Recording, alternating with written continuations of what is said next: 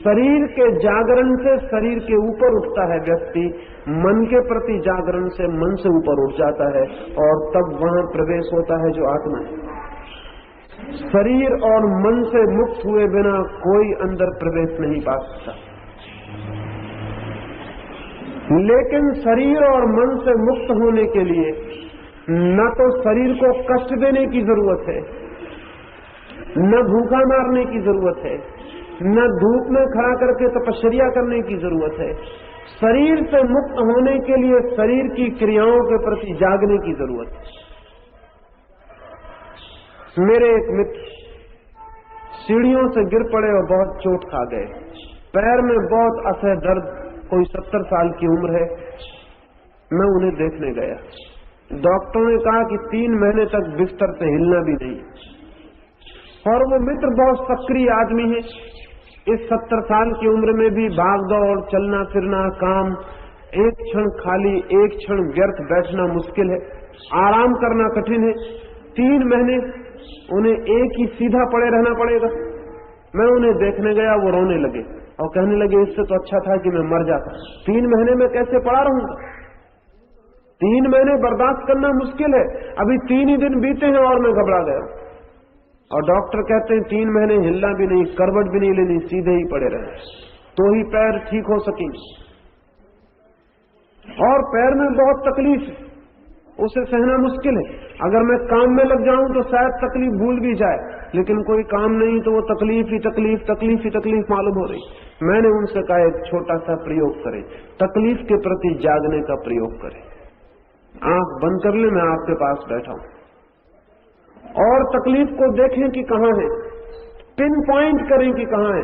अभी आप कहते हैं पूरे पैर पे तकलीफ है, पूरे पैर पे नहीं हो सकती, कोई खास केंद्र होगा जहां सर्वाधिक होगी, तो सरके धीरे धीरे केंद्र पर आए, आंख बंद करके देखें कि ठीक वो केंद्र कहां है जहां तकलीफ है, उस केंद्र पर पहुंचे। उन्होंने आंख बंद कर ली और मैंने कहा खोजें खोजें खोजें। वो आंख बंद करके खोज करने लगे और उस जगह उनका चित्त पहुंच गया जहां तकलीफ थी। और 15 मिनट बीते, 20 मिनट बीते, मैंने उनसे 15 मिनट के लिए कहा था, 35 मिनट बीते, 45 मिनट बीते और मैं उनका बाहर बैठा चेहरा देख रहा हूं, उनका चेहरा शांत होता जा रहा है जिससे तकलीफ विलीन हो गई। कोई 65 मिनट पर उन्होंने आंख खोली और कहा ये तो बड़ी हैरानी की बात हो गई। जैसे जैसे मैंने गौर से देखा तो पता चला पूरे पैर पे तकलीफ भ्रम थी, पूरे पैर पे तकलीफ नहीं थी, वो सिर्फ ख्याल थी। तकलीफ बहुत छोटी जगह थी, एक पॉइंट पर थी। धीरे धीरे मैं उस पॉइंट पे पहुंच गया और जब मैं ठीक उस पॉइंट पे पहुंचा जहां तकलीफ थी, दर्द था, तो मैं एकदम हैरान रह गया। मुझे दिखाई पड़ा दर्द वहां है और मैं यहां हूं और दर्द और मेरे बीच लंबा फासला है, मैं दर्द नहीं हूं।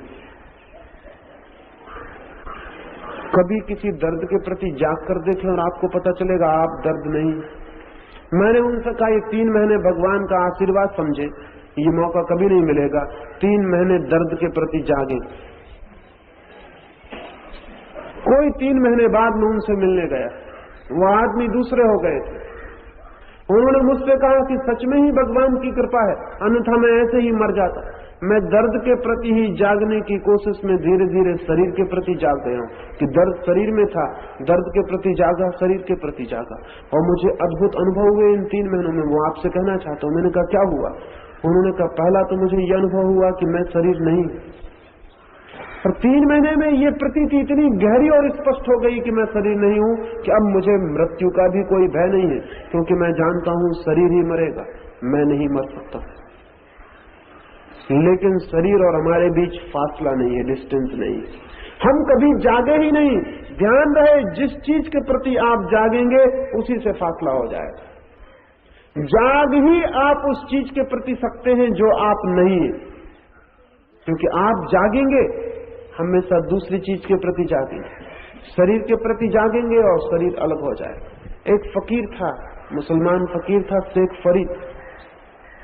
शेख फरीद के पास कोई गया और पूछने लगा कि मैंने सुना है कि जीसस को सूली दी गई और जीसस सूली पर लटकाए जा रहे थे तो भी हंस रहे थे, ये कैसे हो सकता है कि आदमी का शरीर लटकाया जा रहा हो सूली पर और आदमी हंसता हो? और उस आदमी ने पूछा, मैंने ये भी सुना है कि मंसूर के साथ तो और भी दुर्व्यवहार किया गया, मंसूर के पहले पैर काटे गए, फिर हाथ काटे गए, फिर आंखें फोड़ी गई, और मंसूर हंसता रहा। ये नहीं हो सकता, ये कैसे हो सकता है? जिसके पैर कट गए हों, पैर से लहू गिर रहा हो, जिसके हाथ कट गए हों और जिसकी आंखें फोड़ दी गई हो, वो हंस रहा हो, ये नहीं हो सकता, ये कभी नहीं हो सकता, ये कैसे हो सकता है? मैं पूछने आया हूं। शेख फरीद हंसने लगा। उसके पास एक नारियल पड़ा था, उसने उठा के उस आदमी को दिया और कहा कि जाओ इस नारियल को फोड़ लाओ, एक बात ख्याल रखना, इसकी खोल टूट जाए लेकिन भीतर की गरी न टूटे। उस आदमी ने कहा, ये नहीं हो सकेगा, नारियल कच्चा, खोल और गरी जुड़े हुए, ये नहीं हो सकता, मैं खोल तोड़ूंगा, गरी भी टूट जाएगी। फरीद ने दूसरा नारियल उठा के दिया, सूखा नारियल, और कहा, इससे हो सकता है, इसकी गरी को बचा के ले आना, खोल तोड़ देना। उस आदमी ने कहा, यह हो सकता है। फरीद ने पूछा, क्यों? उस आदमी ने कहा, गरी और खोल के बीच फासला हो गया, हम खोल को तोड़ देंगे, भीतर की गरी साबित बच सकती, लेकिन कच्चे नारियल में ये नहीं हो सकता। तो फरीद ने कहा कि बस तू समझा कि नहीं समझा? जीसस और मंसूर जैसे लोग सूखे नारियल हैं, उनके शरीर और उनके बीच फासला है। तुम शरीर को चोट पहुंचाओ, वो चोट शरीर से भीतर नहीं जाती, वो गरी तक नहीं पहुंचती, वो आत्मा तक नहीं पहुंचती। और हम सब कच्चे नारियल हैं, हमारे ऊपर चोट पहुंचती, वो भीतर तक पहुंच जाती, क्योंकि बीच के फासले का हमें कोई भी पता नहीं है। शरीर के प्रति जागरण से स्वयं और शरीर के बीच डिस्टेंस, फासला पैदा होता है, और वो फासला इतना है कि आप हैरान हो जाएंगे। वो फासला जमीन और आसमान के बीच जो फासला है, इससे ज्यादा है। वो फासला जमीन और आसमान के बीच जो फासला है, इससे ज्यादा है। ये फासला कभी पूरा किया जा सकता है, जमीन और आसमान के बीच का, शरीर और आत्मा के बीच का फासला कभी पूरा नहीं किया जा सकता। वो दिशाएं ही अलग हैं, डायमेंशन अलग है, उनके बीच जो फासला है वो दो बिल्कुल विभिन्न चीजों का फासला है, जिनके बीच कभी भी फासला पूरा नहीं किया जा सकता। लेकिन हमें तो लगता है कि मैं शरीर हूं, हमने फासला पूरा कर लिया। नींद में ये फासला पूरा हो गया। जैसे एक आदमी पोरबंदर में सोए और सपना देखे कि पोरबंदर में नहीं है, पेकिंग में है, सपने में फासला पूरा हो गया, उसे नींद में पता भी नहीं चल रहा कि वो पोरबंदर में, वो पेकिंग में समझ रहा है आपने। सुबह नींद खुले और वो जाग के हैरान हो जाए और वो कहे कि मैं पेकिंग से वापस कैसे आया, क्योंकि मैं सपने में पेकिंग में था। मैं लौटा कैसे, मैं गया कैसे? तो हम उससे कहेंगे, ना तुम गए ना तुम लौटे, तुम्हें सिर्फ ख्याल पैदा हुआ कि तुम गए और तुम लौटे।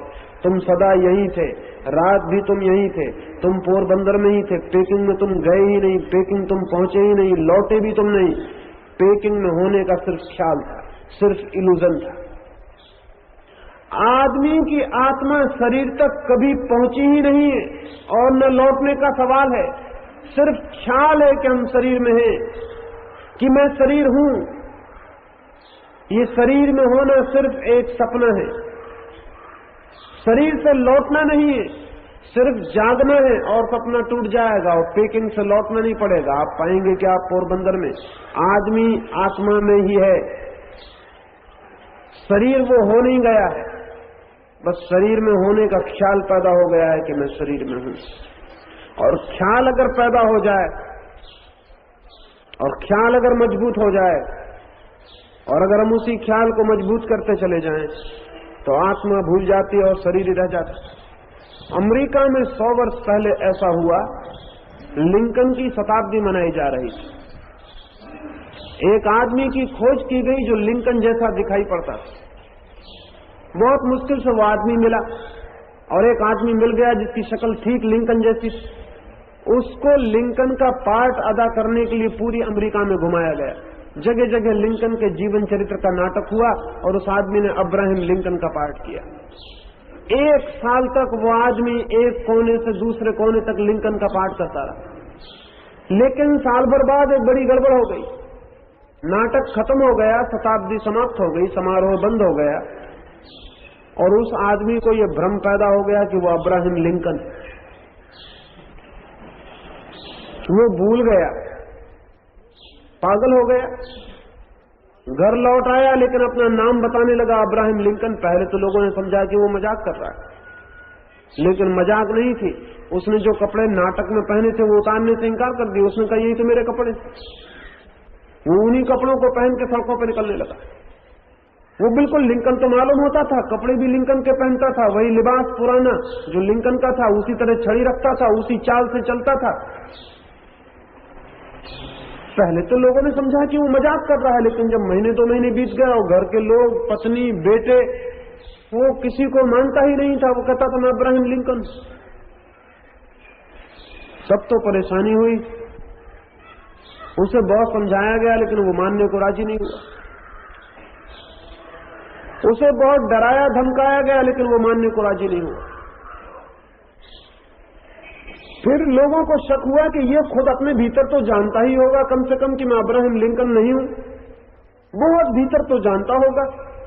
तो एक मशीन होती है लाई डिटेक्टर, जिस पर झूठ पकड़ी जा सकती, उस मशीन पर उसको खड़ा किया गया। उस मशीन पर खड़े करके अगर आपसे पूछा जाए तो जो सत्य है वो आप बोलेंगे तो आपकी हृदय की गति दूसरी रहती, और आप असत्य बोलेंगे तो हृदय की गति में फर्क पड़ जाता है। इसलिए वो मशीन नीचे हृदय की गति आंक लेती है कि फर्क कब पड़ा। जैसे आपसे पूछा कि आप स्त्री हो कि पुरुष, आपने कहा मैं पुरुष, तो झूठ बोलने का कोई कारण नहीं है, मशीन नीचे आपकी गति अंकित करेगी। आपसे पूछा कि इस समय कितना बजा है घड़ी में, आपने कहा 9, तो झूठ बोलने का कोई कारण नहीं, मशीन नीचे अंकित करेगी। आपसे 8-10 ऐसे प्रश्न पूछे जाएंगे जिनमें झूठ बोलने का कोई कारण ही नहीं, फिर आपसे असली सवाल पूछा जाएगा। यही उसके साथ किया गया। 10 सवाल पूछे गए, उसने सबका ठीक जवाब दिया। फिर उससे पूछा गया तुम अब्राहम लिंकन हो? वो घबरा गया था, वो परेशान हो गया था इस बात से, लोग पूछ पूछ के हैरान कर दिए। उसने कहा मैं अब्राहम लिंकन नहीं हूं, लेकिन मशीन ने नीचे से बताया कि यह आदमी झूठ बोल रहा है। वो तो भीतर से जानता था कि मैं अब्राहम लिंकन। मशीन ने बताया कि यह आदमी इस वक्त झूठ बोल रहा है। तब तो बड़ी मुश्किल हो गई। कैसे ये ख्याल इसे पैदा हो गया? ये ख्याल पैदा हो सकता है। हमें लगेगा वो आदमी पागल था, लेकिन जो जानते हैं वो कहेंगे हम सब भी पागल हैं, हमको भी ये ख्याल पैदा हो गया है कि हम शरीर। और ये ख्याल बहुत लोगों को पैदा होते। जब स्टालिन रूस में हुकूमत में था तो इस रूस के कई पगलों को यह ख्याल था कि स्टालिन, जब चर्चिल हुकूमत में था तो कई पगलों को इंग्लैंड में ख्याल था कि वो चर्चिल। नेहरू जब हुकूमत में थे तो हिंदुस्तान में कम से कम 10 आदमी थे जिनको ख्याल था कि वो नेहरू। एक ऐसे आदमी से नेहरू का मिलना भी हो गया। एक पागल खाने में नेहरू गए और उस पागल खाने में एक पागल था जो ठीक हो गया।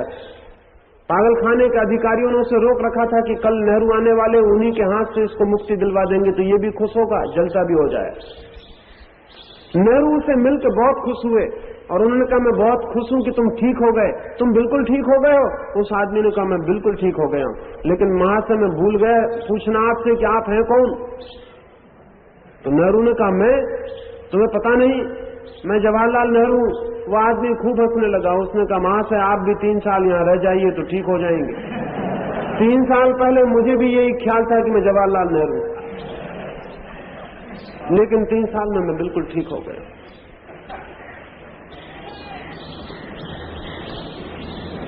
आदमी के भ्रमों की कोई सीमा नहीं। भ्रम तोड़ने का एक ही उपाय है जागरण, और पहला बुनियादी भ्रम है आदमी को कि मैं शरीर हूं। तो जब तक ये भ्रम बना हुआ है तब तक मैं आत्मा हूं ये नहीं जाना जा सकता। लेकिन कुछ साधु संत सिखाते हैं कि बैठ कर ये विचार करो कि मैं शरीर नहीं हूं, मैं शरीर नहीं हूं। इससे कुछ भी नहीं होगा, क्योंकि जितनी बार आप कहते हो मैं शरीर नहीं हूं, उतने बार ही आप ये बात सिद्ध कर रहे हो कि आप जानते हो कि आप शरीर हो। साधु संत सिखाते हैं कि बैठ के ये जप करो कि मैं शरीर नहीं हूं, मैं शरीर नहीं हूं। लेकिन इस जप का मतलब क्या है? इस जप का मतलब यह है कि आप मानते हो कि आप शरीर हो और उस मान्यता को तोड़ने के लिए उल्टी मान्यता पैदा कर रहे हो। अगर एक पुरुष बैठ के एक कोने में कहे कि मैं पुरुष हूं, मैं पुरुष हूं, तो हमें शक होगा कि इस आदमी को दिमाग में गड़बड़ है, क्योंकि अगर ये पुरुष है तो दोहराता क्यों है? अगर आपको पता चल गया है कि आप शरीर नहीं है तो आपको दोहराने की जरूरत नहीं है। दोहराने से पता नहीं चल जाएगा, दोहराने से सिर्फ आप एक नया भ्रम पैदा कर रहे हो, पुराना भ्रम कायम है और नया भ्रम पैदा कर रहे हो। नहीं, दोहराना नहीं है, शरीर के प्रति जागना है। जागने से ये पता चल जाएगा कि मैं शरीर नहीं हूं, इसको दोहराना नहीं पड़ेगा। जैसे एक मैंने कहा कि एक आदमी पोरबंदर में सोया है और सपना देखता है कि मैं पेकिंग में हूं, और वो सपने में कहे कि नहीं मैं पेकिंग में नहीं हूं, नहीं मैं पेकिंग में नहीं हूं, नहीं मैं पेकिंग में नहीं हूं, तो भी कोई फर्क नहीं पड़ता, क्योंकि ये कहना कि मैं पेकिंग में नहीं हूं इस बात को मान लेने से शुरू होता है कि मैं पेकिंग में हूं। इसके कहने की कोई जरूरत नहीं है। हम सिर्फ उसी को निगेट करते हैं, विरोध करते हैं जिसको हम स्वीकार कर लेते हैं। स्वीकृति को ही विदा करना है, अस्वीकृति नहीं पैदा करनी है। और स्वीकृति कैसे विदा होगी? स्वीकृति जागने से विदा होगी, क्योंकि स्वीकृति निद्रा से पैदा हुई। हम सोए हुए हैं इसलिए लगता है कि हम शरीर हैं, हम जाग जाएंगे लगेगा कि हम शरीर नहीं। इसलिए पहला स्मरण है शरीर की क्रियाओं के प्रति, दूसरा स्मरण है मन के विचारों के प्रति। और जैसे ही मन के विचारों के प्रति हम जागेंगे वैसे ही विचार खो जाएंगे। विचार भी निद्रा से पैदा होते हैं, और जितनी गहरी निद्रा हो विचार उतने ही सत्य मालूम होते हैं। इसलिए तो नींद में सपना सच मालूम होता है, दिन में आपको उतना सच नहीं मालूम होता, क्योंकि दिन में आप थोड़े जाग गए। आप शराब पी लें और दिन में ही सपना सच मालूम होने लगे, क्योंकि शराब में फिर आप सो गए। अभी अमेरिका में दो नई चीजें चलती हैं, लिसर्जिक एसिड और मेस्कलीन। इन दोनों चीजों को लेने से आदमी दिन में ही जागते ही ऐसे सपने देखने लगता है जिनका कोई हिसाब नहीं। जैसा भांग और गांजे से होता है वैसे ही ये नए सिंथेटिक ड्रग, नई बनाई गई दवाएं हैं जिनको लेने से आदमी अद्भुत आनंद में पहुंच जाता है। जो देखना चाहे वही दिखाई पड़ने लगता है। स्वर्ग देखिए, नर्क देखिए, भगवान देखिए, जो भी देखना चाहिए देखिए। बस एक ड्रग ले लीजिए और 6 घंटे के लिए खो जाइए। 6 घंटे फिर आप दूसरी दुनिया में। प्रत्येक विचार सत्य मालूम होगा। जिस मात्रा में नींद गहरी होगी, बेहोशी होगी, विचार उतने ही सत्य मालूम होंगे। जिस मात्रा में जागरण होगा, विचार असत्य होते चले जाएंगे। जागरण पूर्ण होगा, विचार शून्य हो जाएंगे। जागे हुए चित्त में कोई विचार नहीं होता।